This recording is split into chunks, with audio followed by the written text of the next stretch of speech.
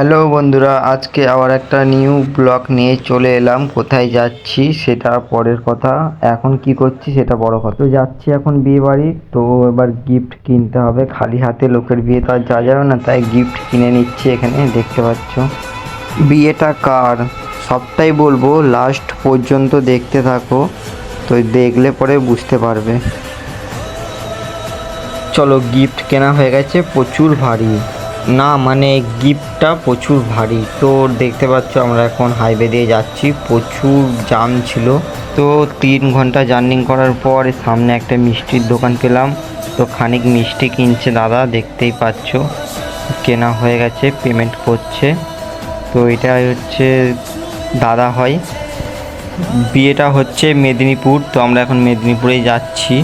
তো দেখতেই পাচ্ছ এখানে একটা কাঠের ব্রিজ আমরা পার হলাম, প্রচণ্ড ভয় করছিল। আর অনেকক্ষণ 3 ঘন্টা জার্নি করার পর আমরা ফাইনালি চলে এলাম বিয়েবাড়ির উদ্দেশ্যে।